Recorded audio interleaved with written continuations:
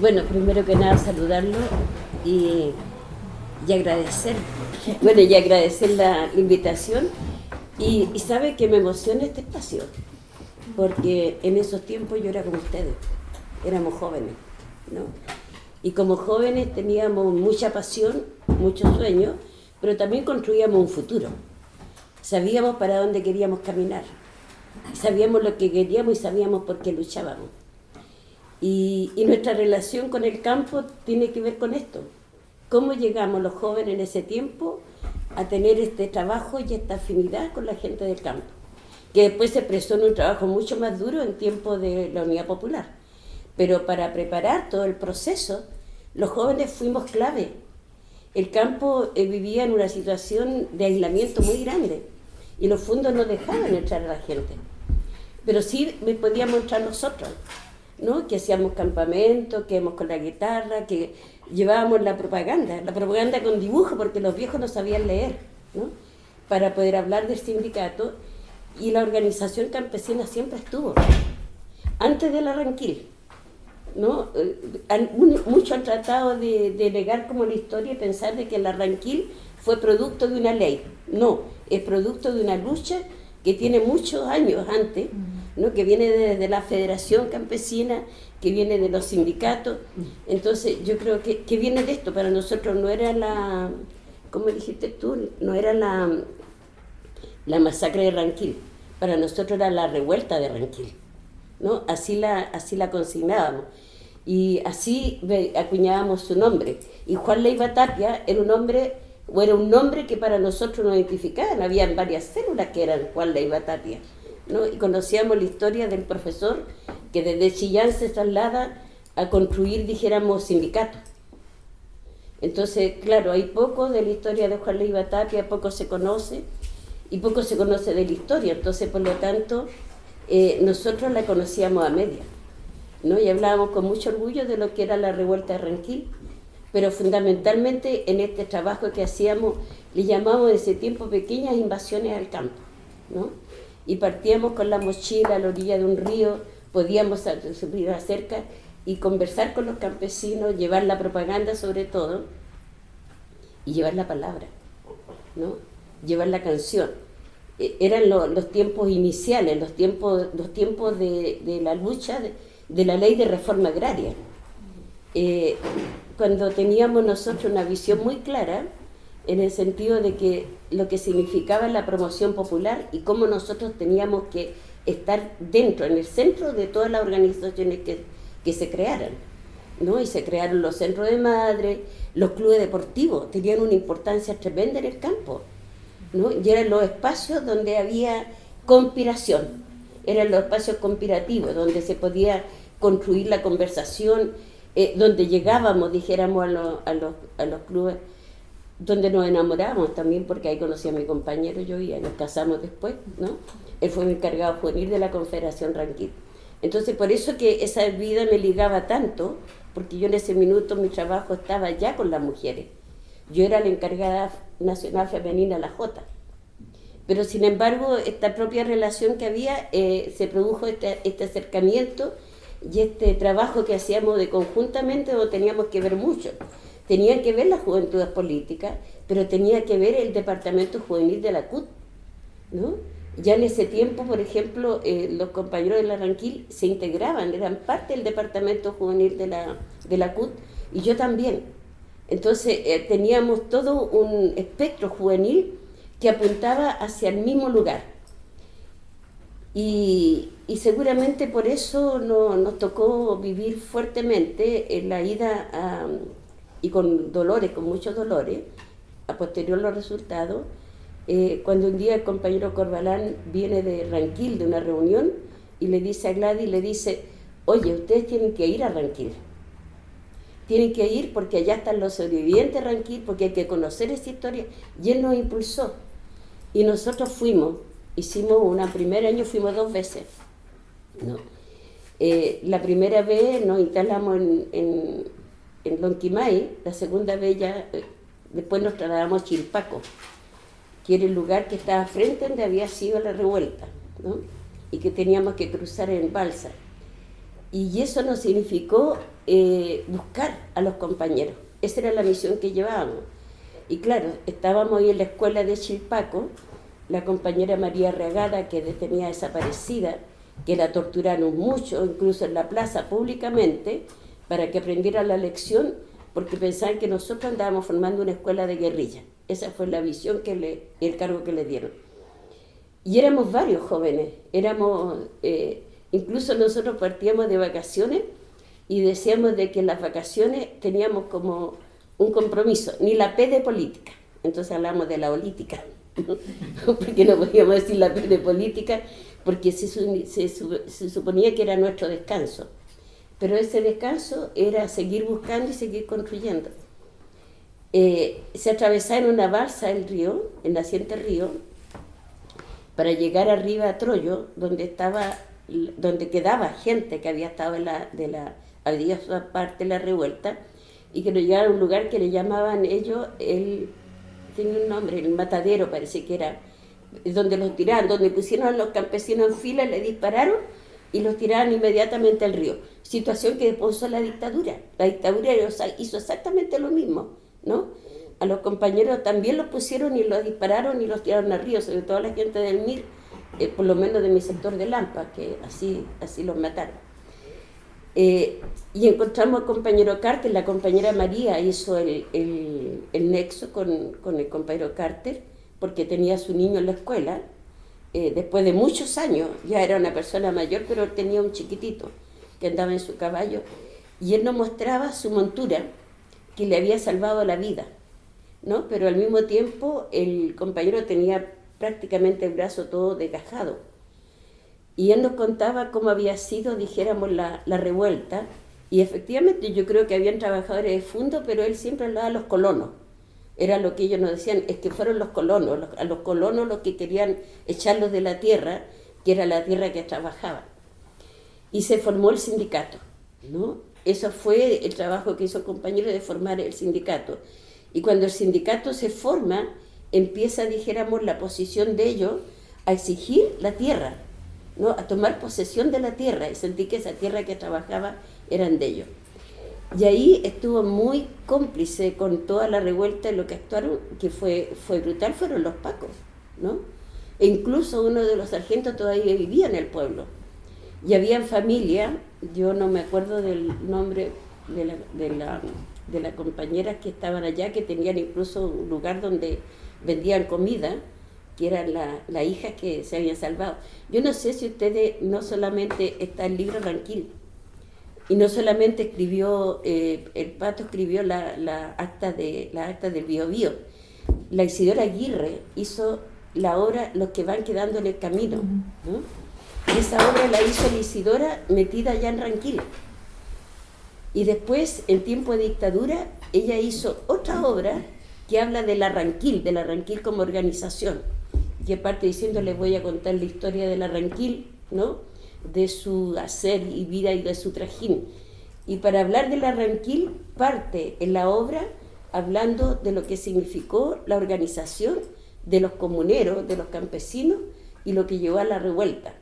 Y cómo de esa fuerza que hay en la Ranquil emana esta Confederación Ranquil, ¿no? Una confederación que la sufrió bastante en el tiempo de dictadura. O sea, hoy día nosotros nos asaltaron, pero a la Confederación la asaltaron varias veces, ¿no? Hasta el 86, cuando ya le quitaron la personalidad jurídica y se surgió la Surco. La Surco era la Ranquil clandestina, porque nunca fue la Surco, fue la Ranquil. Era la continuidad de la Ranquil, pero si nos legalizamos bajo el nombre Ranquil, no íbamos a poder actuar. Entonces, decirle, está íntimamente ligada lo que fue, dijéramos, la lucha que se dio en Ranquil, la revuelta de Ranquil, está ligada a la vida de la Confederación, del surgimiento de la Confederación, porque era como un cúmulo de experiencia, de sueños, ¿no?, que habían en los compañeros, de mucha esperanza de poder tener una organización que realmente fuera una expresión de los campesinos. Y creo que por eso se dio que la Confederación fue la más grande de todo el país. No es por casualidad, era porque ahí estaba. No es porque emergió porque hubo una ley. La ley facilitó, pero había un trabajo intenso en el campo y los jóvenes jugaron un papel muy importante. Fíjense, dos momentos que fueron muy importantes. Los trabajos voluntarios hacia el campo, ¿no? Los trabajos voluntarios hacia el campo no eran solamente ir a trabajar y compartir con los campesinos. Había un mensaje político en los trabajos voluntarios. Y los jóvenes partían con esa fuerza, partían a hacer trabajo voluntario, sabiendo de que había un sector muy postergado, un sector que estaba invisibilizado ante la sociedad y que era tan importante desde el punto de vista de su trabajo y de lo que se producía, ¿no? Y incluso las prácticas de los ingenieros agrónomos eran en el campo, ligados a los campesinos. Y por eso es que salían buenos ingenieros agrónomos, no los que hoy día son para sistemas, ¿no? Porque iban a vivir esa experiencia.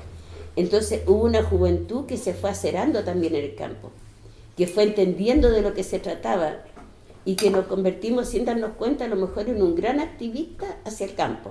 O sea, la juventud llegó al campo antes que llegaran los trabajadores, ¿no?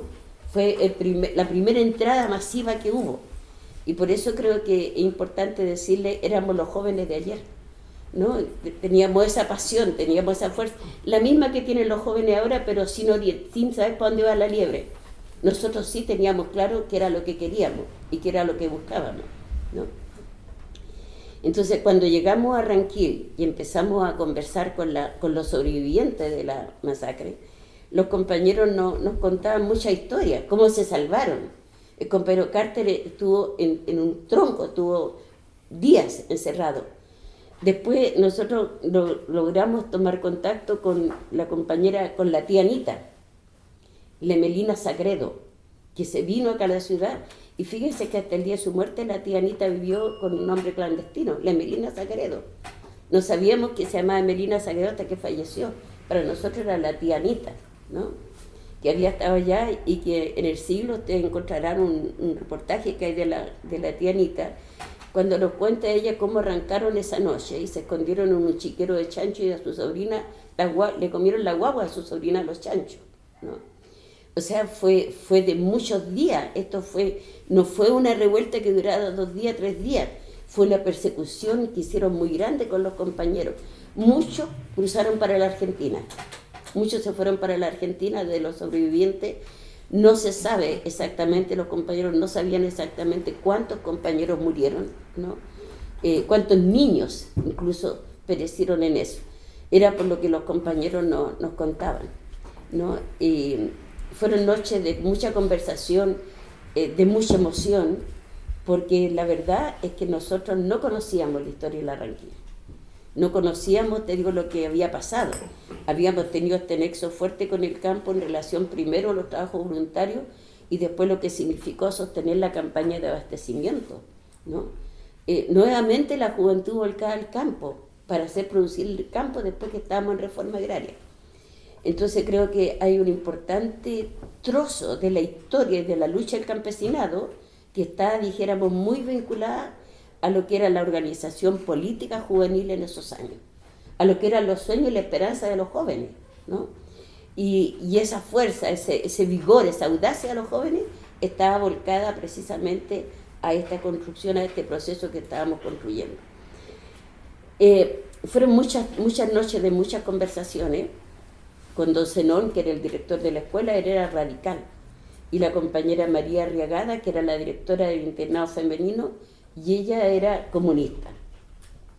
Y por eso que a don Zenón se salvó, pero la compañera María no se salvó, ¿no? Decían que fue tremenda el escarmiento para el pueblo, porque el pueblo estaba marcado por la revuelta, estaba marcado por la rebelión, la masacre de Ranquil, ¿no? Estaba en su memoria. que se va traspasando de generación en generación. Entonces, y fue terrible, fue una masacre, de hecho fue una masacre, pero además fue un enfrentamiento muy fuerte que hicieron los campesinos. Incluso nos contaban, por ejemplo, cómo se burlaron las brigadas y trataron los pacos para robarle los fusiles, ¿no? Cómo ellos hicieron frente.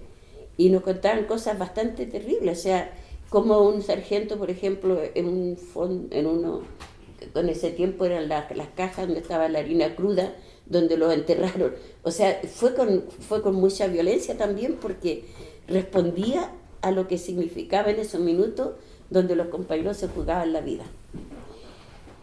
Esa conversación en ese grupo, yo creo que hay muchas cosas que puede estar y se puede conversar con Juan Carlos Arriagada, que es uno de los compañeros que queda, que fuimos allá, te digo, ¿no? Que hay que conversar con los compañeros porque tenemos que recuperar esta parte de la historia, ¿no? Y sobre todo para la juventud de hoy día, el saber, dijéramos, de que no es heroico lo que hacen hoy día, la juventud ha sido heroica en toda su etapa de su vida. Después, cuando ya es más maduro, ya tiene otras responsabilidades y muchos se entienden de la lucha, porque nosotros decimos, con todos los movimientos juveniles fuertes que tenemos, ¿por qué después, te digo, eso no tiene esa misma fuerza que debiera ser, ¿no? Bueno, en esa oportunidad fuimos de ahí está desaparecido Lolito Vizcarra, ¿no? Estaba Pedro Enrique, era el encargado juvenil de la CUT, el Loro Salina, que era el dirigente del Inti, que era del que dirigía el Inti Illimani, el José Seven también estuvimos allá, o sea, porque en ese minuto el Inti Illimani era parte de un movimiento juvenil, y el Quilapayún también, salió de ahí, salió de los jóvenes, salió del Festival de la Juventud que se hacía cada año. Entonces, y estaba muy comprometido con la lucha como tal. Y cuando llegamos conversamos con Víctor, ¿no? Víctor era un compañero extraordinario, era un compañero de mucha entrega, de muchos trabajos. Él hizo, primero acuérdense que hizo el disco La Población, aquí en la Herminda de la Victoria, ¿no? Y conversamos con esto y Víctor quedó alucinado con lo que le decíamos de los vestigios que habían, de lo que había sido la revuelta, los sobrevivientes que habían y que había que verlo. Yo no sé si fue la Ranquil que le encargó que hiciera el trabajo. Yo creo que fue la juventud, la Comisión Agraria de la Juventud, porque con ellos nos reunimos, te digo, para ver todo esto y arreglamos la ida de Víctor para allá. Me acuerdo que Víctor me mandó, después de regreso, me trajo una foto donde iba siempre con su poncho negro, cruzando la balsa, ¿no? Porque había un compañero que balseaba el río. Y venía feliz, con muchas fotos que había sacado, con muchos apuntes, y él estaba escribiendo. Y lamentablemente hay 2 documentos que se perdieron, valiosísimos, porque los compañeros nos entregaron la acta de la constitución del sindicato. Nosotros nos trajimos ese tesoro. El compañero Carter entregó su montura al museo que se estaba armando, ¿no? Y Víctor escribió después, yo no conocí los escritos de Víctor, pero sí supe cuando se los entregó a ese momento al compañero Peralta, Popeta, porque era del Fondo Popeta, al guatón Peralta, ¿no? Que tenía ese vínculo tan estrecho con la compañera Isidora Aguirre. La compañera Isidora Aguirre fue en tiempo de dictadura arriba, después que fuimos nosotros. O sea, después que estuvimos nosotros allá, fue Víctor, fue Isidora, se escribió en la segunda obra de la Ranquil, ¿no? Que yo creo que le decía al compañero que hay que buscar a Sergio Painemal, porque yo sé que la tiene. La Alicia Muñoz eran los actores para ese tiempo, los compañeros. Varios de los compañeros ya no están, pero la hija de la Alicia Muñoz, que es la actual presidenta de la Namuri, el Sergio Painemal, ¿no? Eran los actores de la obra. Y fíjese que en tiempo de clandestinidad, Ranquil recorrió el país y fue recibida en varias regiones. Era el mensaje que los campesinos llevábamos, o sea, para decir, como fue la revuelta de Ranquil ayer, todo lo que significó, los campesinos estamos aquí y seguimos avanzando. O sea, siempre la Ranquil ha sido un punto importante de de mística, de convencimiento, de esperanza dentro del mundo campesino. Y a mí yo celebro esta investigación que se está haciendo porque no la vamos a silenciar, porque le vamos a incorporar otras cosas, sin duda, ¿no? Por ejemplo, yo cuando te escuchaba decirte, decía, nosotros, claro, tenemos que reconocer, dentro del campo fue el primer sector que hubieron centrales ideológicas. Todas nuestras organizaciones tenían una identidad política, ¿no?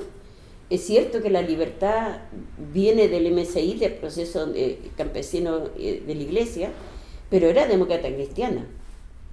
La Triunfo surgió de la ley de reforma agraria de Freire. Y la Ranquil viene de lo que era la Federación Campesina, o sea, hay historia. Claro, la UOC aparece, dijéramos, en el momento que se divide la democracia cristiana, que aparece esta ala de la UOC, que también, entre otras cosas, también el MAPU fue un movimiento joven. No fueron los viejos que se fueron, pero la juventud, como trabajaba hacia el campo, tenía un ascendiente muy fuerte en los campesinos. Y por eso que surge la Unidad Obrera Campesina, ¿no? Creo que era un momento especial desde ese punto de vista del papel que jugaba la juventud y los sueños que habían en la juventud, la convicción, la identidad que había, ¿no? Lamentablemente, cuando vino el golpe militar, el compañero Popeta, Peralta, enterró el libro con las actas de la Ranquil y enterró lo que le había entregado Víctor, ¿no? Y un día apareció en la casa llorando, Popeta, y me dice que había llovido, se echaron el agua, y esa parte de la historia se perdió. Y ahí se fueron lo que escribió Víctor, se fue el acta del sindicato, que lo cuidábamos como un tesoro, no sé por qué. Bueno, a lo mejor había sido lo mismo, porque estábamos con la idea que había que plastificarla para que se pudieran conservar. O sea, todas las cosas que nos pasamos, que en ese minuto no eran tan modernas como ahora. Entonces no teníamos esa mirada para poder hacerlo. Y creo de que, y por eso que me parece importante, sobre todo, conversarlo con los jóvenes, ¿no? Porque ayer nosotros construimos y luchamos, dijeran, por un gobierno popular, construimos 1000 días de gloria de gobierno popular, pero hoy día ustedes construyen y están reconstruyendo la historia.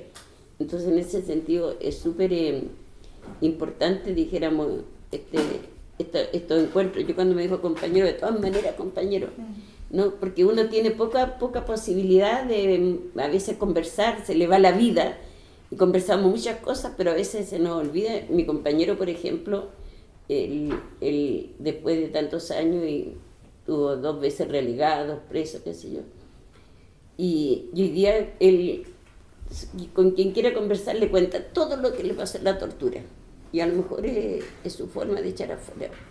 Y yo le digo, hay tantas cosas lindas que hiciste, ¿por qué no hablas de eso? ¿Por qué no hablas de lo que significó este trabajo nuestro, dijéramos, cuando jóvenes, y lo que significó después el trabajo nuestro en dictadura, el de construir movimiento campesino? Y por ahí aparecimos las mujeres. Ahí aparecimos las mujeres, te digo, porque en los momentos difíciles, cuando las mujeres estamos, parece más a flor de piel, ¿no? Porque en ese tiempo las muchachas también trabajábamos en relación a todo esto, pero apareció, dijéramos, la mujer esposa de los compañeros. Y lo que se formó a nivel de mundo sindical y de mundo campesino fueron las esposas de los compañeros, ¿no? Compañeros que vivían aquí, en Melipilla, no habían venido nunca a Santiago las compañeras. No sabían lo que hacían sus compañeros. Y cuando llegaron a la Confederación, fueron conociendo la Confederación, fueron valorando a sus compañeros que no estaban, o que estaban presos, o que estaban clandestinos ellos, ¿no? Y darse cuenta de que lo que estaban haciendo, porque también se produjo un problema bastante fuerte el tiempo de la reforma agraria. Las mujeres no estuvieron con la reforma agraria, ¿no? Todo lo contrario, para la compañera fue un peso muy grande, porque ya estaban acostumbradas a vivir en función de la patrona, ¿no? Y además, como las mujeres pagaban la obligación, estaban más cerca de la patrona que lo que estaban los trabajadores. porque eran las que le echaban, eran las que servían en la casa, era la que trabajaban con la chacra, el goce que le llamaban, el pedazo de goce, y que lo trabajaban muchas veces a media con la mujer del patrón, ¿no? Por eso cuando cantábamos nosotros la canción decíamos, me dio una chacra media la mujer del patrón, yo me llevé el trabajo y ella la producción. No seremos más siervos, no seremos más parias. Cuando los campesinos, no decíamos cuando los comunistas hagan reforma agraria, después decíamos los campesinos porque había que generar un movimiento amplio, ¿no? Pero eso íbamos a cantarle a los compañeros, ¿no? Y ellos se sentían tan contentos porque nosotros íbamos con esa fuerza a cantarle. Eran las canciones que cantábamos en ese tiempo y le bailábamos porque era con la música del costillar y hacíamos esto te digo, a la orilla de los ríos, ¿no? Entonces era también de alegría, era de creación. Bueno, decirle toda la fuerza que había en ese minuto, todo lo que significa la Ranquil. Y bueno, yo fui, entre otras cosas, yo llegué a la Ranquil, ¿no? Fui la encargada femenina en la Ranquil y después fui la vicepresidenta de la Confederación del Surco. Y como vicepresidenta de la Confederación del Surco, incluso llegué a presidir la Comisión Nacional Campesina, que dicho sea de paso, yo creo que también eso hay que recogerlo. Dentro del proceso, dentro de la dictadura, el primer proceso que se arma con fuerza es precisamente la Alianza Campesina, que no se dio ni en tiempo de Frei, ni se dio en tiempo de Allende, éramos medio antagónicos, medio peleábamos entre nosotros. Pero para el tiempo de la dictadura, cuando se creó el cardenal Silva Enrique, nos llamó y se creó el Departamento Campesino de la Vicaría de la Solidaridad y nos planteó que era el momento en que aprendiéramos a caminar juntos, ¿no? Y nuestra bandera era de que la reforma agraria era un proceso inconcluso y que por lo tanto teníamos que caminar juntos para recuperar la reforma agraria. Entonces se formó esta Comisión Nacional Campesina que fue muy inspiradora para los compañeros obreros, cuando estaba en ese minuto el grupo Los Siete, ¿no? Y nos decían de que los campesinos dábamos ejemplo, porque de verdad que ahí desapareció un poco esto de la central ideológica, lo que pensábamos, llegamos a un acuerdo y partíamos como un todo a las reuniones con las organizaciones sindicales, ¿no? Y siempre, nunca nos vieron peleando, siempre nos vieron unidos y siempre nos vieron en una posición igual. Creo que aprendimos y hemos tratado y hemos intentado y lo estamos repitiendo, tratando de hacer alianza.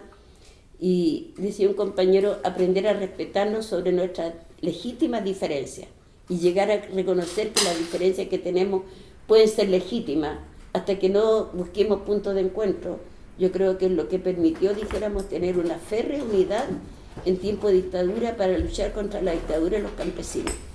Y eso significó generar fuerza campesina, reinstituir sindicatos. Porque acogernos, dijéramos, a la ley de sindicalización campesina y crear sindicatos independientes, compañeros, fue un trabajo enorme. Fue un trabajo de recorrer los campos. No había lugar donde no llegábamos. Y en ese aspecto yo creo que ya habían llegado las compañeras y fueron tomando conciencia, porque al principio los compañeros en el año 79 nos pidieron de que hiciéramos una reunión con las mujeres porque nos dejaban participar, 79, a los hombres para constituir sindicatos porque tenían miedo.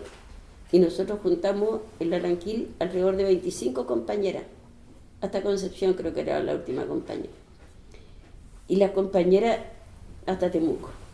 Y las compañeras descubrimos ahí, hablando de la reforma agraria, recién estaba la mujer hablando de la reforma agraria.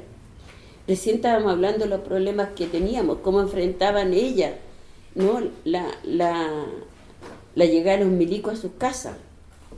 Y cómo ya decían, es cierto que los compañeros que es cierto que tenemos miedo, pero los compañeros también tienen. Entonces que no se escuden detrás de nosotras para no constituir sindicatos, porque nosotras sí estamos dispuestas para constituir sindicatos. Entonces, de ahí vino un embrión fuerte del año 79, cuando las mujeres se reúnen en Presente Razo, en ese primer encuentro, cuando éramos todavía Ranquil, ¿no? Y después viene toda la construcción política que hay hasta el día de hoy. O sea, Anamuri no es una casualidad, es producto de un proceso de lucha de las mujeres del campo, y no solamente las mujeres del campo, es un proceso de lucha en el campo. Las mujeres lucharon por la reforma agraria, sin embargo quedaron excluidas de la tierra, no estaban en la ley de reforma agraria. Si se moría el marido y no tenía un hijo mayor de 18 años, tenía que irse del fondo nomás. Pero fíjense que después de eso, las mujeres, a pesar de todo, todavía hay mujeres que conservan la tierra, se murieron los compañeros y conservan la tierra, ¿no? Y la mantienen. Entonces creo de que el renacer, por así decirlo, o el refundar conciencia en las mujeres, fue producto también de conocer una lucha que los campesinos venían dando y que era histórica, Una vez me dijo Pascal Allende, dijo de que un poco que la organización campesina se había hecho desde la ciudad, ¿no? Y yo le dije, esa es una falta de respeto. La organización campesina se hizo en el campo y se hizo con los campesinos, ¿no? ¿Qué es lo que hizo la compañera de la ciudad? En el gobierno de Frei hubieron, creo que como 30 y tantas tomas. En el gobierno de Allende hubo más de 1000 tomas. Entonces, lo que hizo también la vehemencia juvenil, también lo que hizo que si tomamos el fondo, nosotros acelerábamos el proceso, ¿no? Y se tomaron fondos indiscriminadamente y se cometieron barbaridades, por supuesto que se cometieron barbaridades, porque, te digo, el desquite es así, ¿no? Entonces, pero eso no invalida, te digo yo, la lucha que los campesinos están dando por su tierra. Lo que sí te digo yo, que cuando se aceleran los procesos y pensamos de que teníamos al presidente allá arriba y ya estábamos al otro lado, y no era así. Es lo que nos ha pasado con los gobiernos de América Latina. Pensamos que ganamos porque está el presidente y no. Los gobiernos siguen siendo burgueses y siguen siendo neoliberales, capitalistas, mientras no provoquemos cambio profundo desde el punto de vista de la lucha de los trabajadores, de la alianza, de la unidad, de la fortaleza que tenemos. Así que, bueno, me fui por otro lado. Eso.